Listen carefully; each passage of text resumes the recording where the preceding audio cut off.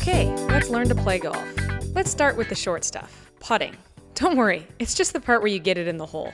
Start with a bunch of really short putts. These are the most important part of your game, period. Pros will make about 95% of these. Amateurs, only 75%. Using the line on your ball helps to keep your mind at ease.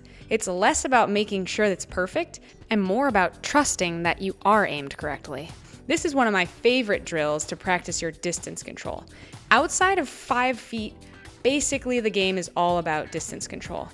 You always want to get the ball past the hole to have a chance at going in. You'll notice my strokes look very similar to each other, and I'm focused on looking at the hole each time, and every now and then they all go in.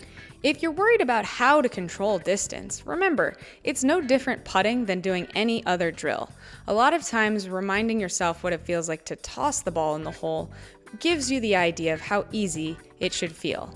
It's important that all you do is focus on your target and let your body react. And you can see here my ball ends up just past the hole. Practicing back and forth to 2 nearby holes is a great way to blend repetitive practice with randomized practice. Okay, chipping, my favorite part of golf. So check it out, I've got a 9-iron, a gap wedge, and a lob wedge, 3 different lofts. What you want to notice is that my stroke length depends on which loft I'm using. Shortest for the 9-iron, slightly more for the gap wedge, and longest for the lob wedge. In other words, the shortest stroke for the least lofted club. Your chipping stroke should be a narrow stance and replicate your putter stroke. Simply rock your shoulders and brush the ground. You can use any iron in your bag to chip with, and even your hybrid. So here we'll compare the hybrid, the putter, a lob wedge, and the 9-iron from the same location in front of the green. People who struggle around the greens to chip often do much better just to roll all their balls with the putter. The old saying goes, your worst putt is always better than your worst chip. I'm a big fan of the hybrid for a case like this because we're going uphill and we have quite a bit of fairway to cover. Since the hybrid is so long, I grip way down so it more resembles my putter length. The hybrid's great from here because it comes out faster than the putter, so it's able to climb the hill. Not as extreme, but the 9-iron, much like the hybrid, is still longer than your putter, so make sure you grip down a little bit and keep that stroke nice and simple, just like the putter. Once again, you'll notice I'm always looking at the hole, and I'm always looking at where I want to land the ball. See how the 9-iron lands just short of the green. One of the most important parts of any golf swing is your pre-shot routine. Keeping this routine the same and making sure you look more at the hole and less at the ball. Good visualization is much more valuable than hours of practice. Now with the 58-degree lob wedge, you'll see that I have my standard loft, my open-faced lob wedge, bigger swing, and of course the hooded lob wedge, which just replicates more closely what a pitching wedge would do, and thus has a much smaller backswing and less loft. Pitching simply refers to shots that have more airtime and less roll. Beginners often make the mistake of thinking you pitch with your pitching wedge, but you actually end up pitching much more with a lob wedge or sand wedge. Unlike the fairway, from the rough, I'm going to use a high lofted wedge 5 out of 5 times. When I'm in the rough, I want a little bit more club speed, a little bit bigger swing, and a little bit more momentum. Again, it doesn't change the amount of effort I use, just the size of my swing. Let's back up now to about 30 or 40 yards from the green. This is a form of pitching that's sometimes called a partial wedge. As always, visualizing my target, my backswing is going to be smaller with less loft and bigger with more loft. The reason a lot of people should use less loft is that it's less risky. Basically, a smaller swing makes for a smaller miss, while more skilled players might opt for more loft to control the landing more easily. And for those less skilled players, the 15th club in the bag comes in handy. Okay, pay close attention to this next section because these are the real cheat codes to golf. Set out your alignment aid in front of the ball and tee up your ball for ease of use. Take some practice swings getting everything moving to the right of the ball, first base. In other words, your swing, your ball, your club face, all going slightly right. As you swing bigger into the backswing, we want to make sure that ball is still going right of the stick. If your ball is going left, make smaller swings again until you get the feel of sending the ball to the right. Of course, if you're a lefty, you're going to inverse all of this. But what you want to remember about golf is that you are making a circle. Your ball is going in, theoretically, a line. But you don't want to make the mistake of thinking that you are swinging straight. There is no straight part of a circle. So if you can improve your ability to send the ball right of the stick, to get your shoulders and your body right of the stick, then increasing to hitting shots off the ground and eventually removing the alignment aid, you will cheat your way to better golf. And by cheat, I mean cheat the time it takes to get decent. People spend their whole life sucking at golf when you could just practice the right things and get there in little or no time.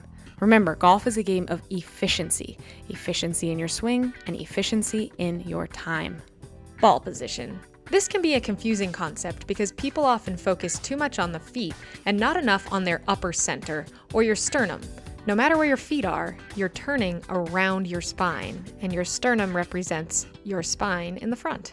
So as you can see here, my ball is about in the middle of my feet and just forward of my sternum.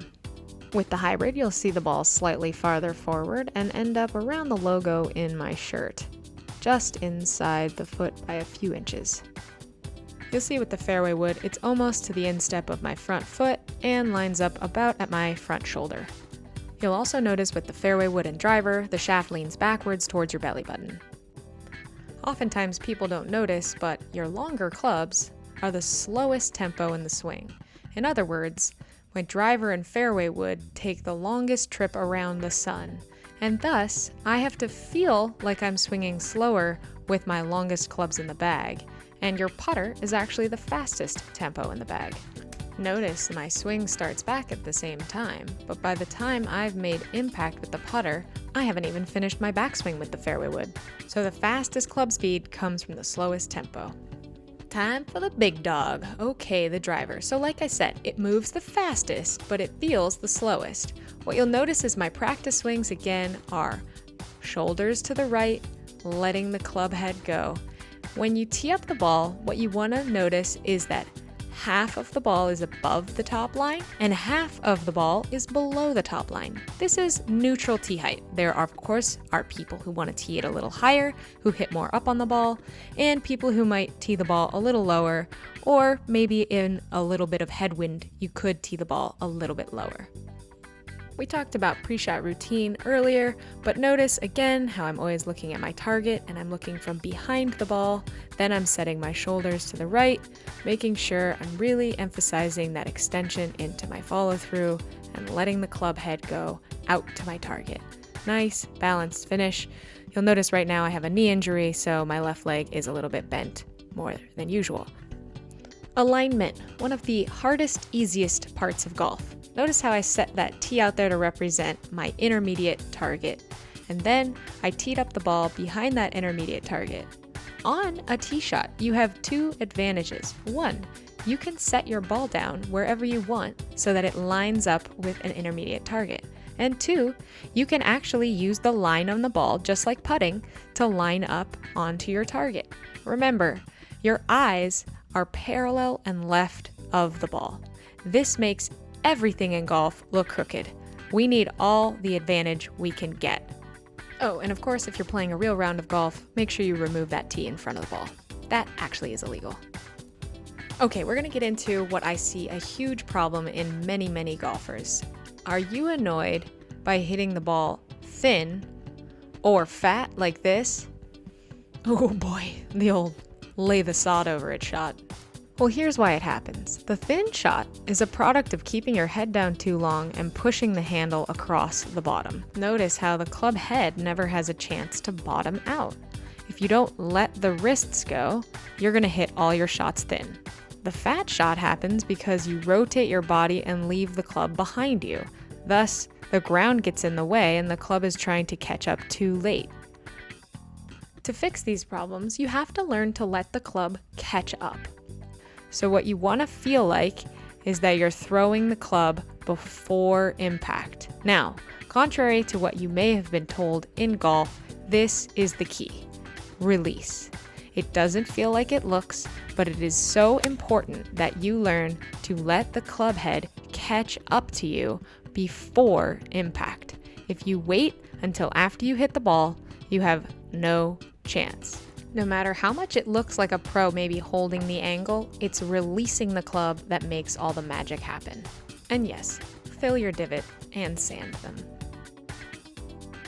Okay, so here's the feel. Remember, we're feeling those shoulders get slightly to the right, and we're feeling that wrist be able to both hinge and unhinge. When you're doing this freely, you'll be able to sense the club brushing the grass freely and not digging holes. This is one of the single most important skills you can ever learn in golf because it makes you feel a sense of trust. And if you are worried about laying the sod over your ball, you will not trust your swing.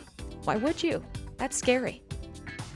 Course management. How to get better at golf without practicing. There's very little you can control in golf, but your choices are one of them. Choosing your clubs wisely becomes so important in your success. It's not just about how well you hit the ball. For example, from 200 yards or more, if I choose to hit my fairway wood, which may carry the water, and lo and behold, sploosh, there it goes, I'm going to be frustrated. Where the much easier play is the 149-yard shot, followed by the 73-yard shot. Easy peasy. That's called playing smarter, not harder. Remember, golf doesn't have to be hard. Okay, let's learn to play it forward. Don't be a big dog back there on the back tees for no reason. Here's the formula for where you should be teeing it off. Now, I get that a lot of people don't carry a 5-iron in their bag, myself included, but you get the idea. If you wanted to convert this into a 7-iron distance, just subtract 20 yards from all the numbers on the left. In my case, my 5 goes about 170 and my 7 goes about 150. Right at that 6191. What a perfect golf course. I'm also a huge fan of playing multiple tee boxes, maybe even in the same round. Mix it up. If you play 3 different tee boxes at your home course, it's like you have 3 different golf courses to play. On one course, you might practice a lot more hybrids and woods, and on another course, you might end up practicing a lot more wedges. How fun! You didn't think I was gonna skip bunkers now, did you? Now remember, bunkers can smell fear, so if you already feel like you're going to miss before you start, you're right. A bunker swing is a big, fluid swing. That means a big backswing and a big follow-through, and the enemy is being too quick and stabby. As always, I am visualizing success. I have a slightly open stance. People often overdo the open stance. It really isn't that far left of your target. What's more important is actually getting that ball forward in your stance. And then you'll notice my backswing is pretty large, definitely swinging over my shoulder, and then a nice fluid finish, tall, tall, tall. I see players all the time who are so worried about hitting down on it or getting under the ball that they just get stuck down into the bunker. Stand up and watch that ball fly. Something I often see beginners struggle with is how to mark your ball. Keep it as a one-hand operation. This is not Indiana Jones. You are not trying to whip that ball mark underneath your ball while you pull your ball up. We know how that ends. Yikes. So notice when I set the ball back down, of course, I am utilizing the line on the ball for my alignment. Super easy. All right, fairway bunkers. You know it. Bring that rake with you. Get that visualization from behind the ball. Big fluid swing. Now remember, sand is inherently slippery, so pretend you're standing on ice. You want to swing in a way that you are not going to slip around. That's why you'll see people get grounded. But remember, you are not allowed to build a stance, so no packing that sand down. In your swing, stay tall, stay fluid, and of course, let the club do the work. I love practicing in fairway bunkers because it really improves players' balance. It's really how we should swing all the time. And remember, it's okay to suck at golf, but it's not okay to suck at raking. There's no excuse not to know you should push the rake, not just slam it down and pull it back. Remember, there's no such thing as too much good karma. And most importantly, don't forget to have a good time. Hi, I'm Kristen WALLA from Yes Golf. Why you suck. But you don't have to. Come, follow me. and you'll instantly start sucking less at golf. Less sucking, more funning. You'll barely have to try. Let's turn that yuss into yes. Ow.